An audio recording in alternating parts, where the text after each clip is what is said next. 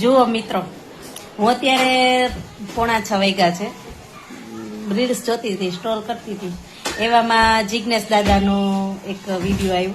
એમાં એવું એ બોલ્યા જિજ્ઞેશ દાદા કે જે માએ પોતાના પેટમાં જગ્યા 9 મહિના આપી હોય ને જે છોકરાને, એ છોકરા અત્યારે એ માના માટે ફ્લેટમાં જગ્યા નથી એમ.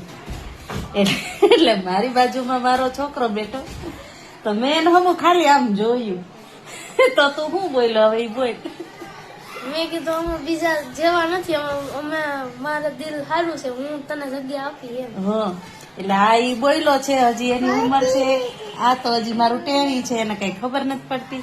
પણ આ છોકરો મારો 12 વર્ષનો છે, અને જે તે ટાઈમે આ વિડીયો એનો સાક્ષી રહે.